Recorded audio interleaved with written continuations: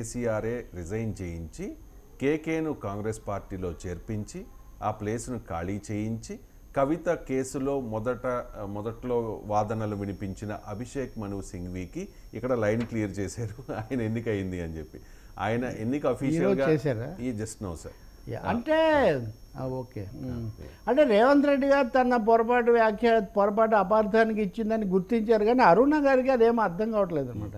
నేను అదే అంటున్నా, ఇప్పుడు బండి సంజయ్ మాట్లాడిన దాన్ని ఎందుకు పరిగణనలోకి తీసుకోలేదనేది ఒకటైతే, ఇంకా ఈమె ఇలా మాట్లాడుతున్నారు. ఈమె కూడా మాజీ మంత్రి, చాలా సీనియర్ నాయకురాలు. అభిషేక్ సంఘవి చాలా కేసులు వాదిస్తున్నారు కాంగ్రెస్కు సంబంధించినవి. ఆయన కాంగ్రెస్ నాయకుడు.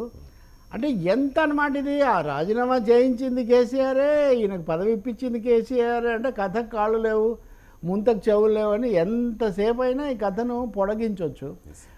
మీరే ఇప్పించారని వాళ్ళు అంటున్నారు.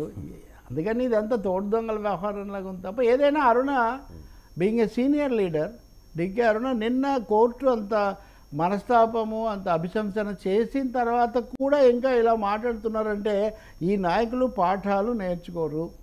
వీళ్ళు ప్రత్యర్థుల మీద ప్రత్యర్థి పార్టీల మీద ఏ విధంగా అనేది తప్ప వాళ్ళకు వేరే ఉద్దేశమే లేనట్టుగా మనకు కనిపిస్తుంది. చాలా ఇబ్బందికరమైన పరిస్థితి.